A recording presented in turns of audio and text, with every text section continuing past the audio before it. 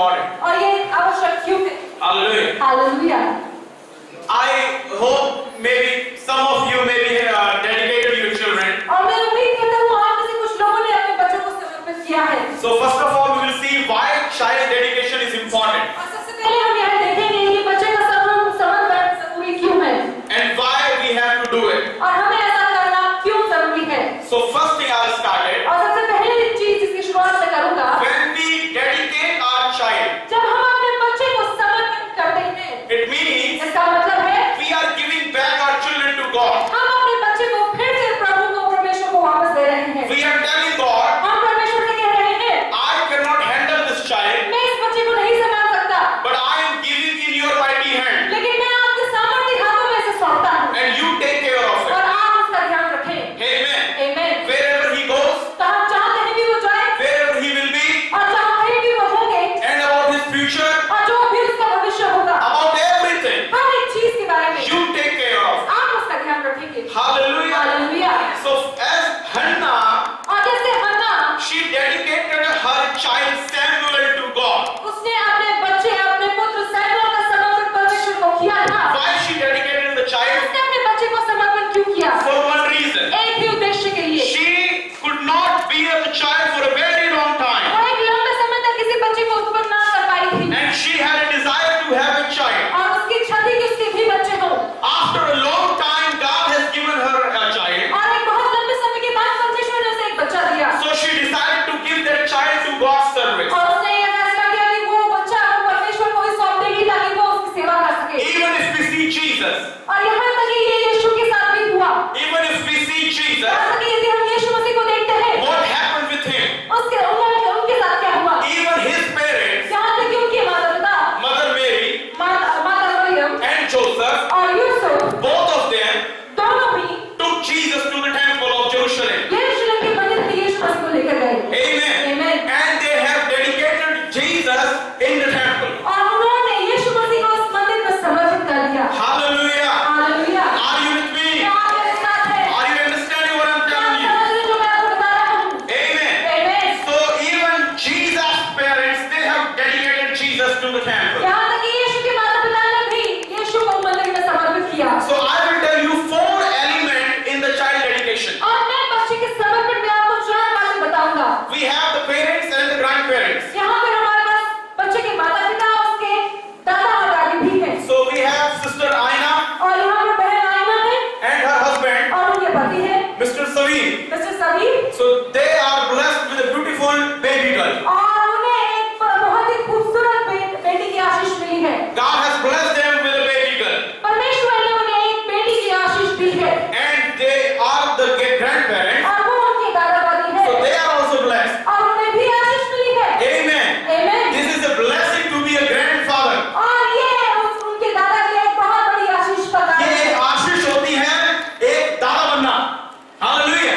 It is a blessing to be a grandmother. और ये दादी बनने में एक बड़ी आशीष होती है। क्या आप सोचते हैं ये आशीष है? इधर देखिए मेरी तरफ. आशीष है? पक्का? Okay.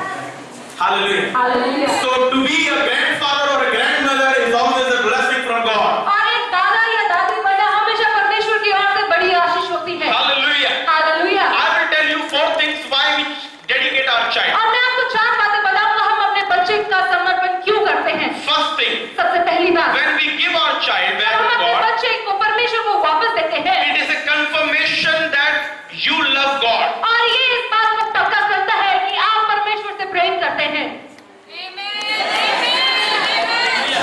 Because क्योंकि when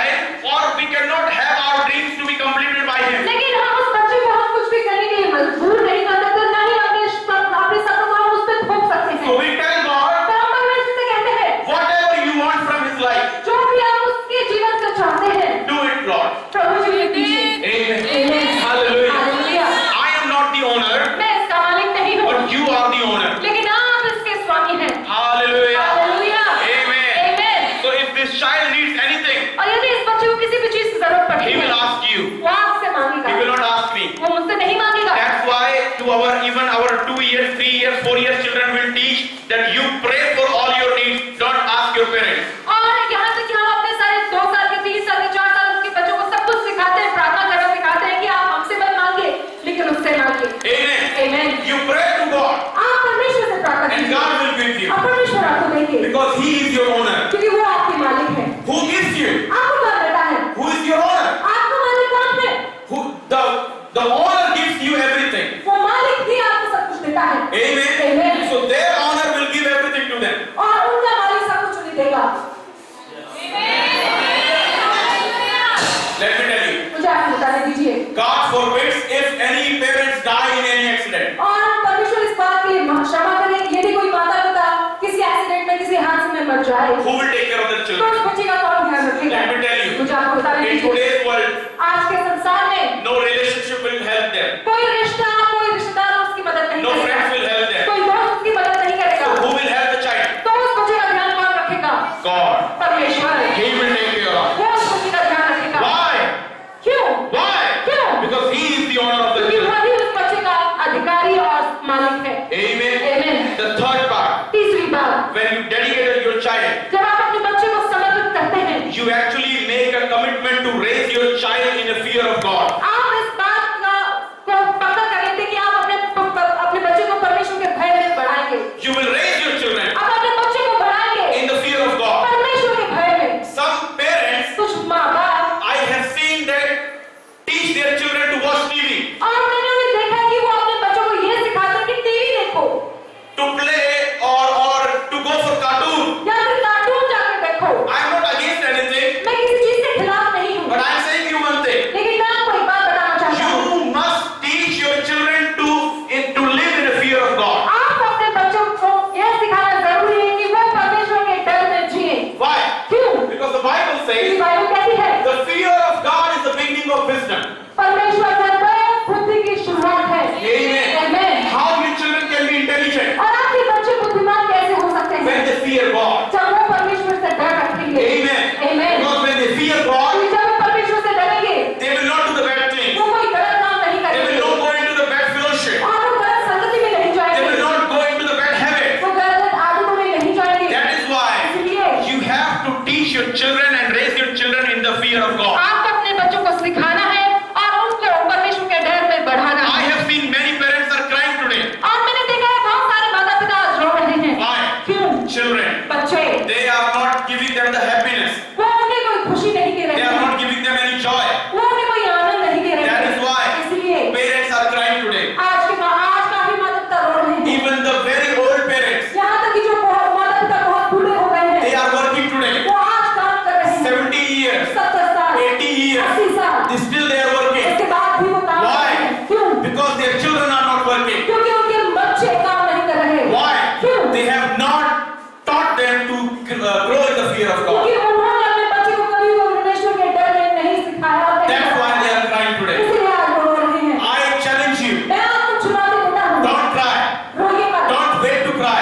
और रोने का इंतजार मत कीजिए। Tell your children and help them to grow in the अपने fear of बच्चों को God. बताइए और उन्हें परमेश्वर के डर में बढ़ाइए। The fourth and the last part, और आखिरी और चौथी बात, when you dedicate your child to God, जब आप अपने बच्चे को परमेश्वर को सौंप देते हैं, you claim that His plan and His purpose to be fulfilled in His life. आप इस बात की घोषणा कर देते हैं और इस बात को मांग लेते हैं कि परमेश्वर की योजना और उसकी इच्छा पर आपके बच्चे में पूरी होगी, उसके जीवन में पूरी I होगी। have seen many children's future has been spoiled और मैंने देखा है, मैं देख रहा हूँ कि काफी बच्चों का भविष्य बर्बाद हो गया है, because parents were very adamant to be to want his children to be engineers. और क्योंकि जो माता पिता थे वो बहुत ज्यादा जिद्दी हो गए थे कि उनके जो बच्चे हैं वो सिर्फ इंजीनियर ही बने।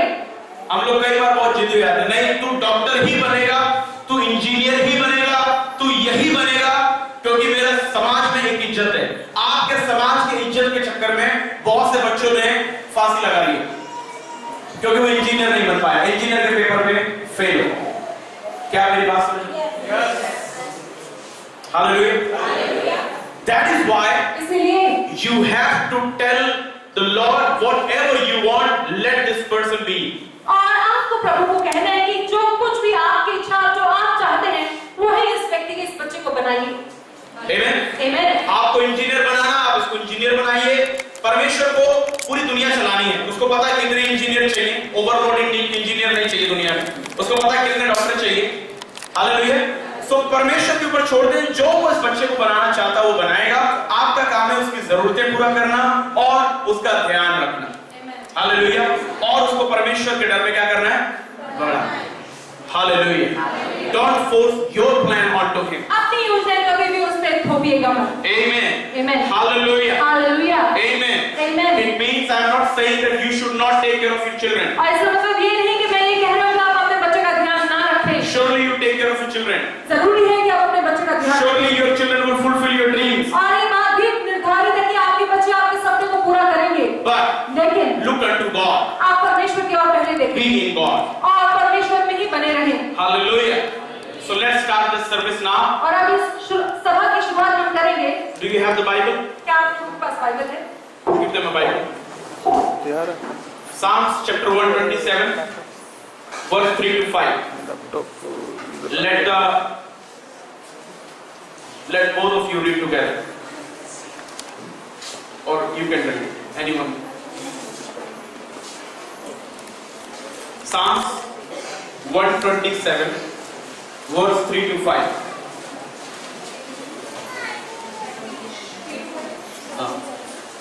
भजन संहिता उसका 127 से 3 से लेकर 5 तक आप पढ़ेंगे। पहले माता पढ़ेंगे, फिर उसी को पिता भी पढ़ेंगे। पढ़िएगा। देखो, लड़के यहोवा के दिए हुए भाग हैं, गर्भ का फल उसकी ओर से प्रतिफल है। जैसे वीर के हाथ में तीर, वैसे ही जवानी के लड़के होते हैं। क्या ही धन्य है वह पुरुष जिसने अपने सरकश को उनसे भर लिया हो। वह फाटक के पास शत्रुओं से बातें करते संकोच ना करेगा। Amen. Next, husband on.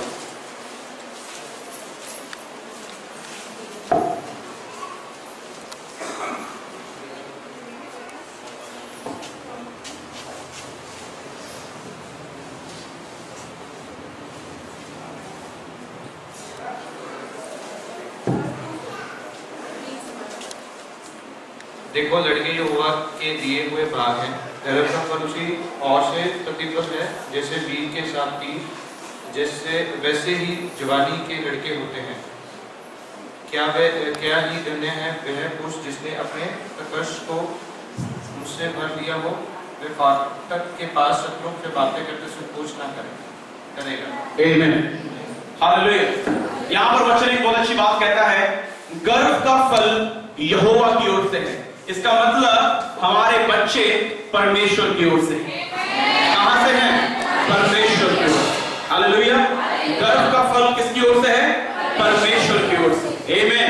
जो भी बच्चे आपके जीवन में आज हैं वो किसकी ओर से हैं?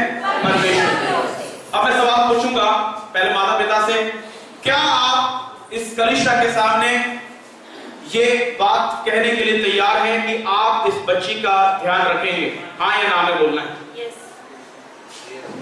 क्या आप ये वादा करते हैं कि आप इस बच्ची को परमेश्वर के डर में बढ़ाएंगे? क्या आप इस बात का वादा करते हैं कि आप इस बच्चे को परमेश्वर के कानून और उसके न्याय और उसके भवन के अनुसार इस कलीसिया में लाकर और बढ़ाए रहने के लिए मदद करेंगे? अब आप दोनों, क्या आप इस बच्चे को बढ़ने के लिए परमेश्वर में मदद करेंगे? हाँ जी, यस। क्या आप इसकी जरूरतों को पूरा करने के लिए मदद करेंगे? क्या इसको पढ़ाई लिखाई और इसके फ्यूचर के लिए आप चारों लोग ध्यान देने के लिए मदद करेंगे?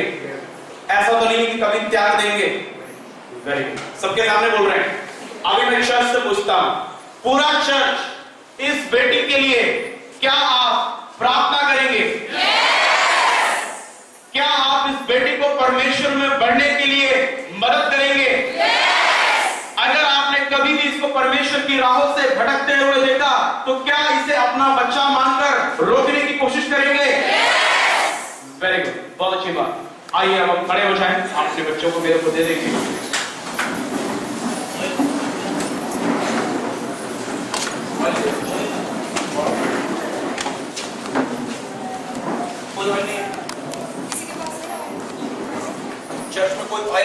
कोई आज तेल लेकर आया है प्रार्थना करने के लिए? कोई ऑयल लाइएगा। दे दीजिए।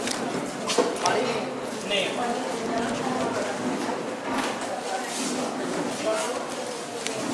माइक लगाइए।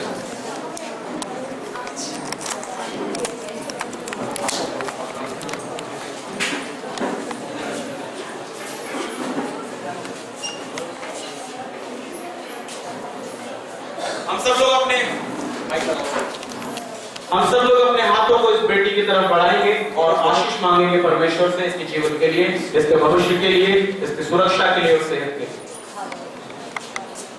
जमीन और आसमान के मालिक, हम आपके निहायत शुक्रगुजार हैं आज के इस दिन के लिए, खास करके इस खास अवसर के लिए परमेश्वर, जब हम इस बेटी को आपके मजबूत हाथों में सौंपते हैं, आपके सामर्थी हाथों में सौंपते हैं।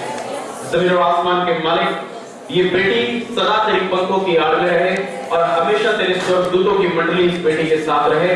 आज हम तेरा धन्यवाद देते हैं कि ये बेटी इस जगह पर है और सारे लोगों के सामने, सारे गवाहों के सामने और स्वर्ग के सामने हम इस बेटी को तेरे हाथों में सौंपते हैं। परमेश्वर, एक बार फिर से हम इस बेटी का समर्पण करते हैं पिता, पुत्र और आत्मा के नाम से।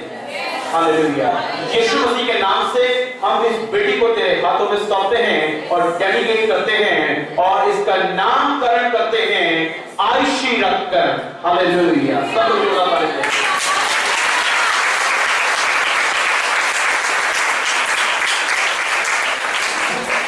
Father, I anoint this child in the name of Jesus. पिता, मैं इस बेटी का अभिषेक करता हूँ, तमाम परेशानियां, मुसीबतें और हर एक दुष्टात्मा की शक्ति से दूर रहे और ये बेटी हमेशा बरकरार रहे। हर एक श्राप, पीढ़ी का श्राप, पूर्वजों का श्राप मैं तोड़ता हूँ उसके जीवन से और आजाद करता हूँ उसको हमेशा के लिए यीशु मसीह के नाम से। In Jesus' name I dedicate this child. और यीशु मसीह के नाम में इस बच्चे सब को जोड़ा कर गए। समर्पित करते हैं।